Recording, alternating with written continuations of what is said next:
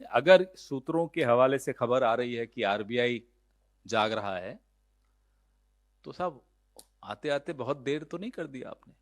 कितने लोगों का नुकसान हो चुका है। और जब ये हो रहा था तो क्या आरबीआई को नहीं मालूम था कि कितने प्रतिशत, 30% राष्ट्रीयकृत बैंकों ने अडानी की कंपनीज में निवेश किया है? क्या ये मालूम नहीं था आरबीआई को? हमें और आपको मालूम था, इन्हें नहीं मालूम था? क्या किसी एजेंसी को नहीं मालूम था, सेबी को नहीं मालूम था कि एलआईसी का कितना एक्सपोजर हुआ है इन कंपनीज को? ये तमाम तथ्य जो किसी एक रिसर्च ग्रुप ने इकट्ठे करके एक तरह से डाले हैं, ये तथ्य अलग अलग स्तर पे हम सबको मालूम थे। जब मुझे और आपको मालूम थे तो आरबीआई को और सेबी को क्यों नहीं मालूम थे? सबने आंखें क्यों बंद कर रखी थी? सबने मुंह क्यों बंद कर रखे थे? सबने कान क्यों बंद कर रखे थे? क्या ये सब गांधी जी के 3 बंदर हैं? जब हम लोग स्कूल में थे तो एक गाना बड़ा प्रचलित हुआ था, भंवरे ने खिलाया फूल, फूल को ले गया हिंडनबर्ग। 20 साल की मेहनत मोदी जी की, जब मुख्यमंत्री थे तब की मेहनत, जब प्रधानमंत्री बने तब की मेहनत, इतनी मेहनत करके मोदी जी ने एक गुब्बारा फुलाया, फुस, हवा निकल गई।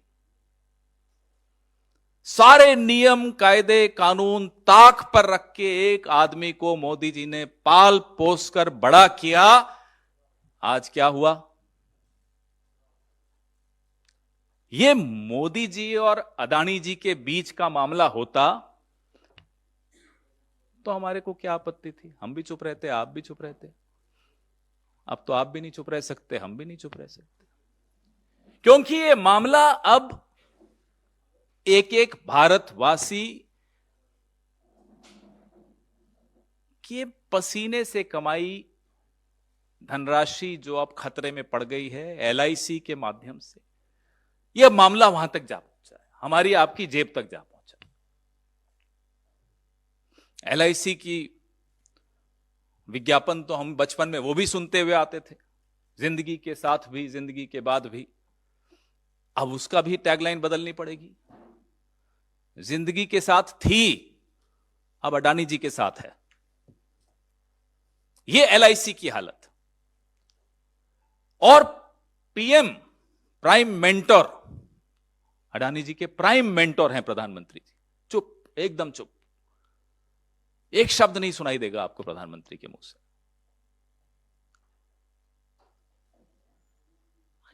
करोड़ों, 40 करोड़ से के लगभग निवेशक जिन्होंने अपनी जमा पूंजी एलआईसी में लगाई है, उनके भविष्य का सवाल है। और एलआईसी में जो अडानी एंटरप्राइजेज हैं, 1% से बढ़ाकर एलआईसी ने 4.23% अपना निवेश कर दिया उसमें। किसके इशारे पे किया? क्यों किया? अडानी टोटल गैस में 1% से बढ़ाकर 5.96, लगभग 6% कर दिया। दुल्हन वही जो पिया मन भावे, कहीं से तो इशारा हुआ होगा। अडानी ट्रांसमिशन में एलआईसी ने 2.42 से बढ़ाकर 3.65% निवेश किया। और अडानी ग्रीन एनर्जी में 1% से बढ़ाकर 1.28% कर दिया। मेहरबान, पूरी तरह से मेहरबान। तो हमने देखा, ये रिपोर्ट पिछले हफ्ते आई, आप सबने पढ़ी, हमें कुछ समय लगा पढ़ने में। मोदी जी से हम ये कह रहे हैं, आप अपने परम मित्र को धोखा देते हो, नहीं देते, वो आप जानो। लेकिन भारत के निवेशकों और एलआईसी के करोड़ों पॉलिसी होल्डर्स, एसबीआई के 45 करोड़ खाता धारकों को धोखा मत दीजिए, क्योंकि आपकी चुप्पी यह दिखाती है कि आप उन्हें भी धोखा दे रहे हो। 3 बड़े तथ्य हम सबके सामने हैं। ये जो अमेरिका की हिंडनबर्ग रिसर्च रिपोर्ट आई, सबसे बड़ा कॉर्पोरेट फ्रॉड का उन्होंने इल्जाम लगाया अडानी जी पर, जिसमें 42% 42 गुना ओवर वैल्यू करके शेयर उन्होंने अपने पेश किए, ये बताया गया। 42 गुना, कोई छोटी बात नहीं होती। और डेट फ्यूल्ड बिजनेस, जितनी बिजनेस है आपकी वो कर्जा लेकर, कर्जा भी आपने लिया तो 30% सरकारी बैंकों से लिया, 8% निजी बैंकों से लिया। आप सोचिए कि किसका पैसा है वो। आप जो बैठे हैं ना, मेहनत कर रहे हैं कलम हाथ में लेकर और कैमरा हाथ में लेकर, ये आपका पैसा है। और अदानी परिवार के सदस्यों ने जो कथित तौर पे मॉरिशस, यूएई और कैरिबियन आइलैंड्स में जो उनकी बेनामी टैक्स हेवन में जो शेल कंपनीज हैं, बेनामी कंपनीज हैं, एक पूरा मायाजाल है जिसके बारे में हमने उस हिंडनबर्ग रिपोर्ट में पढ़ा। मैंने आपको एलआईसी, एसबीआई के विषय में बताया, मैंने आपको हिंडनबर्ग रिपोर्ट की जो जिस्ट है, जो सारांश है वो बताया। एसबीआई, मैंने आपको यह भी बताया कि 30% सरकारी बैंकों से उन्होंने लोन लिया। जो तीसरा और सबसे सनसनीखेज बात है, जो आप लोगों की शायद नजर नहीं पड़ी या किसी और कारण से आपकी नजर नहीं पड़ी, वो मैं नहीं जानता, जो उनके संबंध हैं, साहब के तो हैं ही संबंध चीन से, वो तो मैं बताता ही रहता हूं। तो साहब के जो दोस्त हैं, उनके जो संबंध हैं, चुंगलिंग बिजनेसमैन हैं चीनी, संदिग्ध गतिविधियों में पहले भी उनका नाम रहा है। जिस अगुस्ता वेस्टलैंड की हम लोगों ने जेपीसी बैठाई थी मनमोहन सिंह सरकार ने, उसमें इनका नाम था। हमारे नेताओं के नाम तो ये जबरदस्ती लिखवाना चाह रहे थे इन्वेस्टिगेशन के दौरान। जिसका नाम है वो तो घर में ही है, अपने दोस्त के पार्टनर हैं। आप सोचिए, याद होगा आपको, एसजी सुषेन गुप्ता दिखाया जा रहा था, नहीं नहीं तो सोनिया जी का नाम है जी, जबरदस्ती नाम लिखवाया जा रहा था हमारे नेताओं का। जिसका नाम है वो है चांग चुंग लिंग, गुडामी इंटरनेशनल, और वो आपके गौतम भाई के पार्टनर हैं। एक ही एड्रेस है सिंगापुर में जहां से ये ऑपरेट करते हैं। आप बताइए ये क्या रिश्ता है, जहां चीन की चीनी भी मिल गई। बड़ा मीठा रिश्ता है। अब आज सिटी ग्रुप ने अडानी सिक्योरिटीज को मार्जिन ऋणों के लिए अब स्वीकार करना, उन बॉन्ड्स को बंद कर दिया। कल क्रेडिट स्विस ने बंद कर दिया था। सेबी चुप है, सेबी नहीं बोल रहा। यह भी हैरानी की बात है। प्रधानमंत्री चुप है, समझ में आता है, हो सकता है मातम में हो प्रधानमंत्री, इसलिए चुप हो, हम मान सकते हैं। घर में गमी हो जाती है तो इंसान ज्यादा नहीं बोलता। सेबी क्यों चुप है?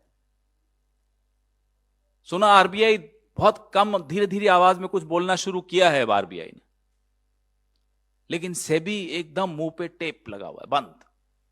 कारण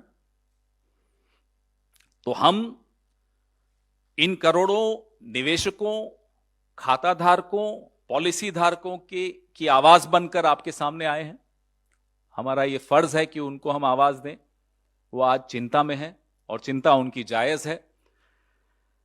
हम 3 मांगे कर रहे हैं कि सुप्रीम कोर्ट के मुख्य न्यायाधीश की देखरेख में एक निष्पक्ष जांच हो, जिसकी रिपोर्ट दिन प्रतिदिन, एवरी डे, डेली रिपोर्ट साझा किया जाए, सार्वजनिक की जाए।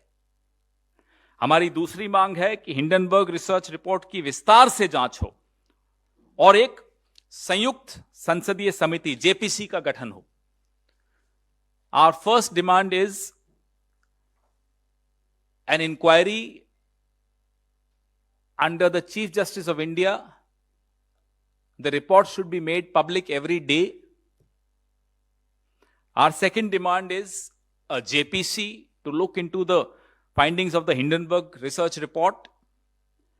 हमारी तीसरी मांग है एलआईसी और एसबीआई और अन्य राष्ट्रीय बैंकों में जो अडानी जी का जोखिम भरा निवेश है अडानी जी की कंपनियों में, उस पर संसद में गहन रूप से चर्चा की जाए और निवेशकों को सुरक्षित करने के लिए उचित कदम उठाए जाए। There should be a comprehensive discussion in the parliament on the exposure of our government banks, our nationalised banks, of LIC, There should be a comprehensive discussion in the parliament on this.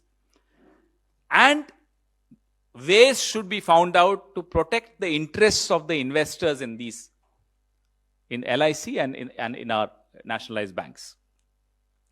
Our leader, हमारे नेता राहुल गांधी लगातार, आज से नहीं, पिछले 9 साल से जब भी वो मुखातिब हुए हैं प्रेस को या देश को अन्य प्लेटफॉर्म्स पर, लगातार सूट बूट की सरकार, मित्रकाल, हम दो हमारे दो, ये बोलते चले आए हैं। और चेतावनी के स्वर उन्होंने आज से कई महीनों पहले दे दिए थे कि साहब ऐसी सिचुएशन आ सकती है, ऐसी परिस्थिति आ सकती है। लगातार वो यह भी कहते आए हैं कि हम कॉरपोरेट जगत के खिलाफ नहीं है, हम मोनोपोलीज के खिलाफ हैं, हम क्रोनी कैपिटलिज्म के खिलाफ हैं। और जो चुनिंदा अरबपतियों को आप नियम बदल बदल कर लाभ पहुंचाते हो, हम उसके खिलाफ हैं। हम फिर से दोहरा रहे हैं राहुल गांधी जी की वो चेतावनियां इस सरकार को फिर से याद करने की कोशिश कर रहे हैं कि याद रखिए, हमारे नेता ने यह बात भी, जैसे कि कोविड के विषय में पहले ही बता दिया था, तमाम ऐसी बीमारियों के विषय में वो पहले ही बता देते हैं, चेतावनी दे देते हैं।